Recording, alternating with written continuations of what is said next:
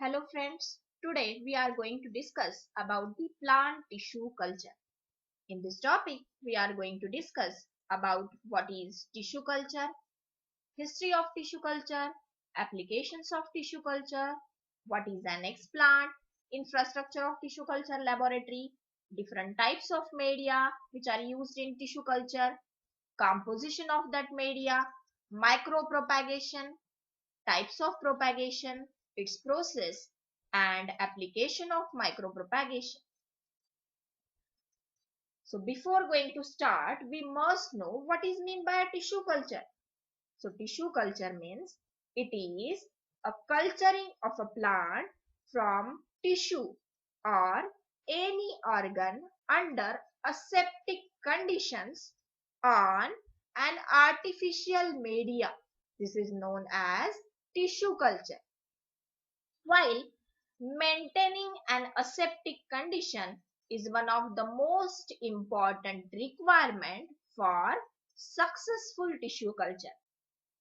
If we see the history of tissue culture, there are more than 400 scientists who gives their contribution in the field of tissue culture. Haberland is known as the father of tissue culture because he originates the concept of tissue culture. Robin gives technique of root culture. Robbins and Manuel gives subculturing technique. White proposed callus culture. Skoog and Miller developed shoot and root initiation methods. Torrey and Shigorma proposed cell suspension culture. Reinhardt proposed successful somatic embryogenesis. Vasil and Heberbrand proposed the concept of totipotency. Morashinge and Skoog developed the most popular media in the tissue culture, that is the MS media. Guha and Maheshwari proposed techniques of haploid culture. Gombar proposed B5 media and Nish proposed NN media. Now we have to see what are the applications of tissue culture. Why we have to study the tissue culture? So the reasons behind that are the rapid multiplication of plant takes place by the tissue culture. Then to produce the disease resistant, virus resistant plants, we can also genetically modify the plants by using the tissue culture technique. As there is a rapid multiplication of plants by using the tissue culture, it is possible to isolate large quantity of phytochemicals which are going to be used as an herbal medicines. Then the next application of tissue culture is to preserve the RET plants. What is an RET plants? RET plant means these are the rare, endangered and threatened plant species. Then the most important aspect of tissue culture is to conserve the biodiversity. Then the next application of tissue culture is to produce the high yield. Then to produce the plants having high vigor and vitality. Then this process of tissue culture, it is applicable in any season. Then the next applications of that tissue culture, we are able to formulate the haploids. Those plants in which the fertilization process is impossible, means if the plants are sterile one. So for that plants, the tissue culture technology is found to be a boon. Then by using a tissue culture technology, we can follow the anther culture, embryo culture, organ culture, shoot culture, somatic embryogenesis. We can formulate the soma-clonal variations inside the tissue cultured plants. Then this tissue culture technology is most important to conserve the germ plasm. This technique of tissue culture is also useful for the phytoremediation process. So these are some of the applications of tissue culture. Then next, the most important concept in the tissue culture is that the totipotency. What is totipotency? It is ability of a plant cell to divide and redivide to form a new plant. So without the ability of totipotency, the whole tissue culture gets fails. So totipotency, it is one of the most important concept in the tissue culture. The next important concept, that is the explant. What is an explant? It is the plant part which we are going to select for the tissue culture. That plant is called as an explant. For example, if we select pollen grains, epidermis, protoplast, leaf, root, shoot, so whatever we are going to select for the tissue culture, that plant parts are known as an explants. So depending upon different types of plant parts, there are different types of cultures like anther culture, shoot culture, axillary bud culture, embryo culture. These are the different types of cultures depending upon what type of explant which we are going to select. The next one, we have to see the infrastructure of tissue culture laboratory. Is there any difference in between the laboratory in which we are going to work daily and the tissue culture laboratory? Yes, there is a difference in between the tissue culture laboratory. So what is that difference? So the tissue culture laboratory shows presence of different types of rooms. So what are that rooms? So the first room in the tissue culture laboratory is the sterilization room. As we know that maintaining an aseptic condition is the most important requirement for tissue culture. That's why the sterilization room is very important in the tissue culture laboratory. After that, this one is the media preparation room in which different types of media are going to be prepared. Then these media are again sterilized in the sterilization unit. There is a separate sterilization for glasswares and media to avoid the contamination. Then the next room, this room is called as an inoculation room. In that inoculation room, whatever explant which we are going to select, they are inoculated on the media. Then next room, it is called as an growing room. In that growing room, all the conditions, that is humidity, temperature, they are well maintained according to that plant species. Then the next one is this one. This is called as an subculturing. Means whenever after 4 to 6 weeks the plantlet get developed, they are again subcultured, again inoculate on the same media and transfer into the growing room. So whenever there is a well developed development in the plantlets, that plants, they are then hardened, get soiled and transfer into the polyhouses or greenhouses. So this is the infrastructure of tissue culture laboratory. The next one, what are the facilities which should present in the tissue culture laboratory? Then the tissue culture laboratory shows presence of sterilization room, glassware washing room, media preparation room, inoculation room, incubation room, growth room, greenhouse or polyhouse. So at least this facility should present in any tissue culture laboratory. Then what are the common steps which we have to follow in the tissue culture laboratory? So the first and most important is the fumigation. What is an fumigation? The fumigation means it is nothing but the pest control. Then second one is surface sterilization. What is surface sterilization? The surface which we are going to use for tissue culture. That surface, it should be clean and properly sterilized one. This is called as an surface sterilization. The next one is the explant sterilization. So whatever plant parts which we are going to select for the tissue culture, they also properly sterilized one. The next one, media sterilization. Whatever the media which we are going to prepare for the tissue culture, it should be properly sterilized one to avoid the contamination. Then next one is the glassware sterilization. Whatever the glasswares which we are going to use for the tissue culture, it may be the petri plate, conical flask, funnels, whatever it may be, it should be properly sterilized one.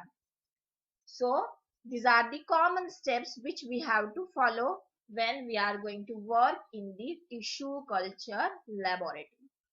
The next one is the what is a media and what are the different types of media which we are going to select for the tissue culture. So first, the media means it is an artificial nutrition medium. And what are the different types of media which we are going to select for the tissue culture? That is the MS media, MS basal media, MS half basal media, black media, white media, niched and niched media, B5 media, N6 media, LS media, WPM media. So depending upon what type of culture we are going to prepare, depending upon that one we have to select the media. For example, this black media is used whenever we are interested for the root propagation. The white media is selected for the embryo culture. This WPM media, it is selected for the propagation of trees. So according to our requirement, we are going to select the media. And this MS media, it is the most common media which is used for culturing of shoot, root, embryos. Okay. The next one we have to study what are the media components. So the one of the most important component in the media is macronutrients. The name itself indicates that what is macronutrients.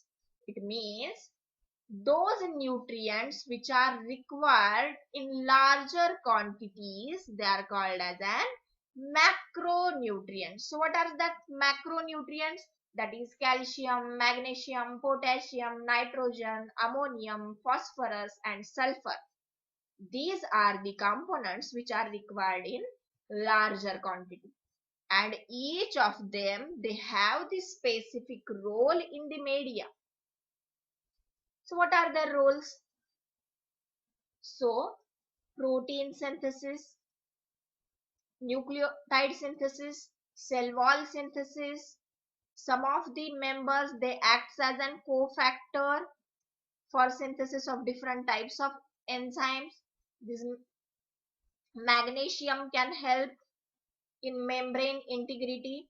So these are the roles of that macronutrients. Then next component is micronutrients. So what are the micronutrients?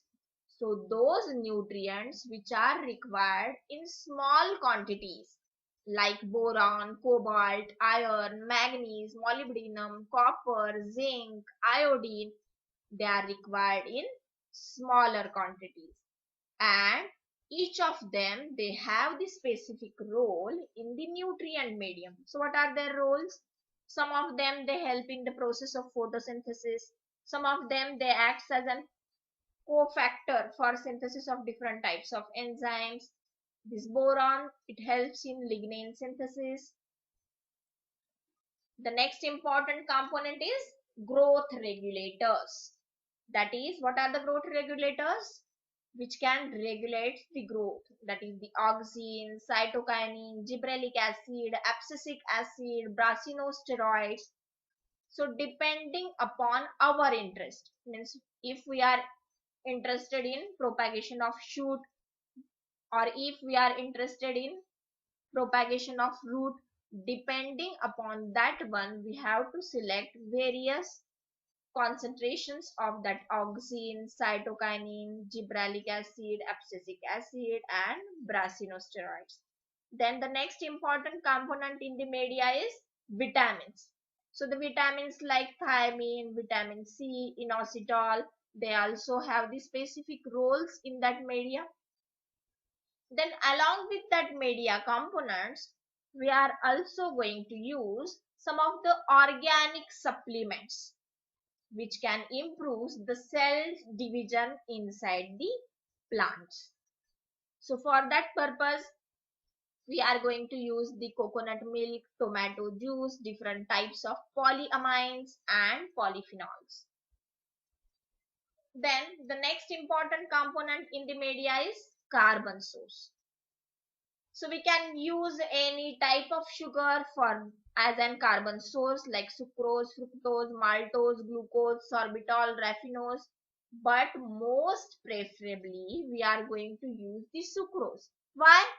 Because after autoclaving, it will give rise to the glucose and fructose.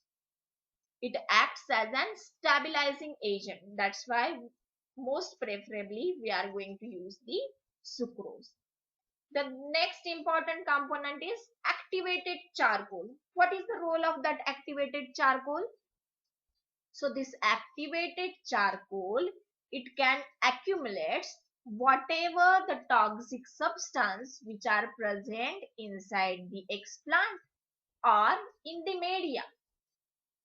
This is the role of activated charcoal. Then next one is the agar. What is an agar? It is an solidifying agent. So these are the components of media. The next one, the next concept in the tissue culture, that is the micropropagation. The name itself, that is micro, means it is a small part, means propagation of small part of the plant is called as micropropagation, or it is called as an propagation of a plant by tissue culture under aseptic conditions, or it is the rapid vegetative propagation of plants under in vitro conditions. So this process of micropropagation, it is carried out in 4 steps. So what are that 4 steps? That is the selection of explant. First we have to select the explant. The next one, by using the specific media, we have to multiply that explant. After that, after multiplication, we have to carry out rooting in that plantlet. Then acclimatization, means coping with the outer environmental condition. And the last one is the hardening, means we have to remove that plantlet from the tissue culture media and transfer into the soil. This process is called as an hardening. So in these 4 steps, the micropropagation can be carried out.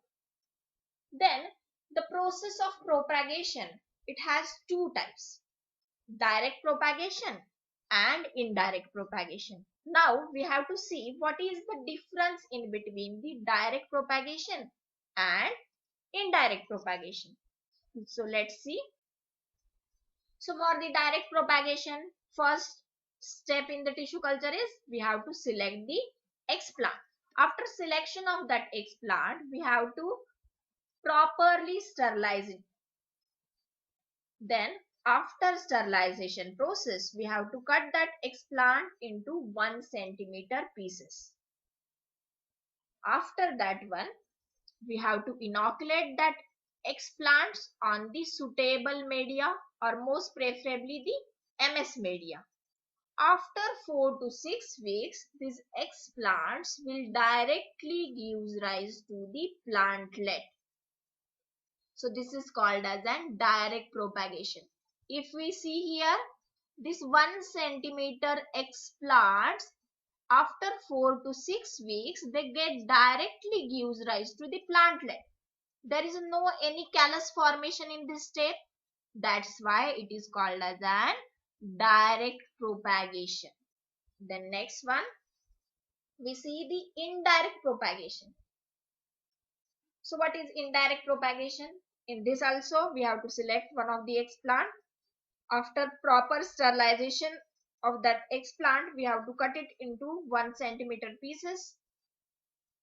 Then we have to transfer that 1 centimeter pieces on the media.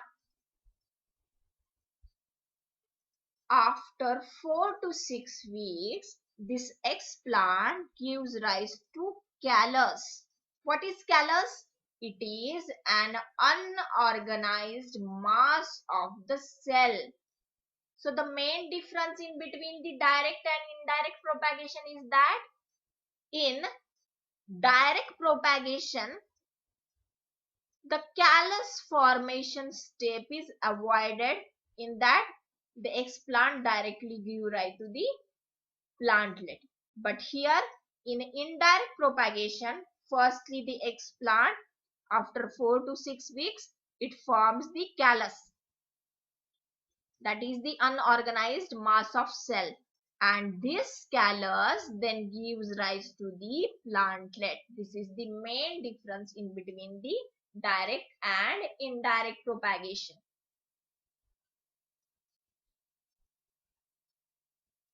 Then next we see the flow chart of shoot tip culture.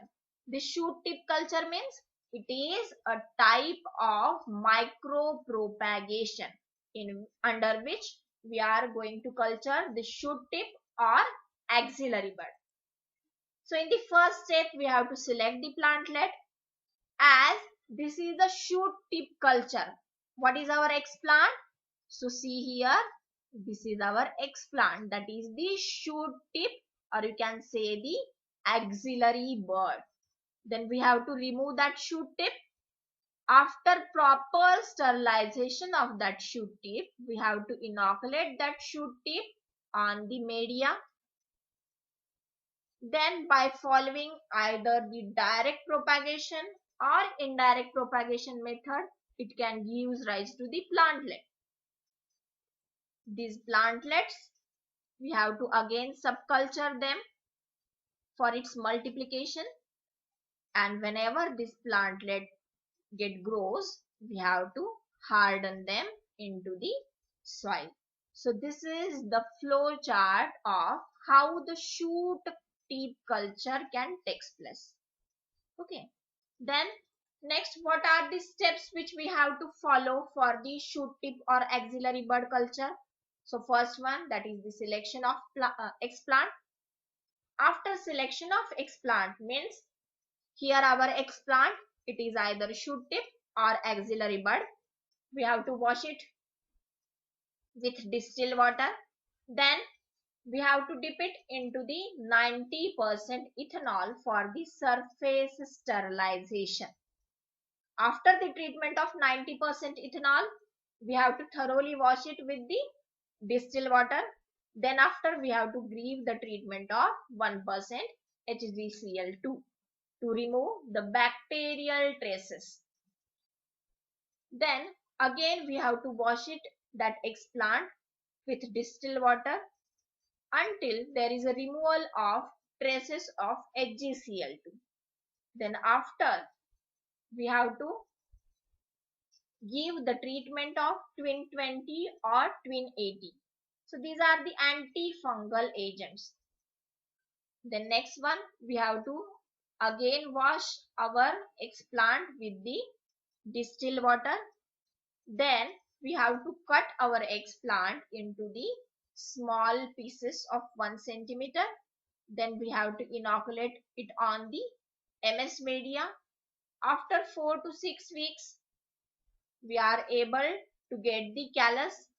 If there is a proper sterilization can take place, then after 4 to 6 weeks, we get the callus. Then this callus again we have to subculture it for multiplication of that plant species. Subculturing means we are going to cut that callus into 1 centimeter pieces, and again we have to inoculate that callus on the same media. Then after 4 to 6 weeks, depending upon the plant species, we can get the plantlet. And this plantlet, after acclimatization or for the acclimatization process, we have to harden that into the soil, and then we have to grow that plantlet either into the greenhouse or polyhouse. So these are the steps which we have to follow for shoot tip or axillary bud culture. So next we have to see what are the applications of micropropagation. So first and most important application of micropropagation is production of millions of copies of plants. Then large production in a small space. The next application of micropropagation is to produce disease resistant, virus resistant plants, then to produce the plants which have the high vigor and vitality. As millions of copies of that plants get produced, so we can isolate large quantity of phytochemicals from them. Then the next application of micropropagation is to increase the yield. And the process of micropropagation, it is carried out throughout the year.